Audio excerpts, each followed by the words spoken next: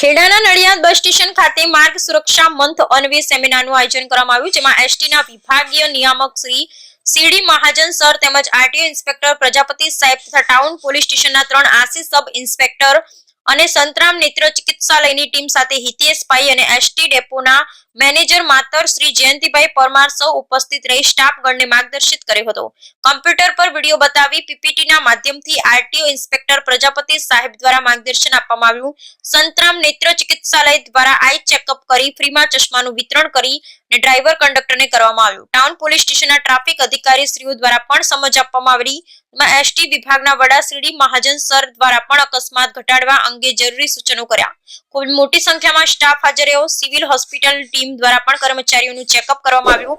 માન્ય ત્રણેય યુનિયનના પ્રતિનિધિ શ્રીઓ અને પદાધિકારી શ્રીઓ પણ હાજર રહી અને સૌનું સ્વાગત કર્યું। કાર્યક્રમને સફળ બનાવનાર સૌનો આભાર ડેપો મેનેજર કે પરમારે માન્યો હતો। Bureau report Vijaysinh Sodha Parmar, Kheda કઠલા।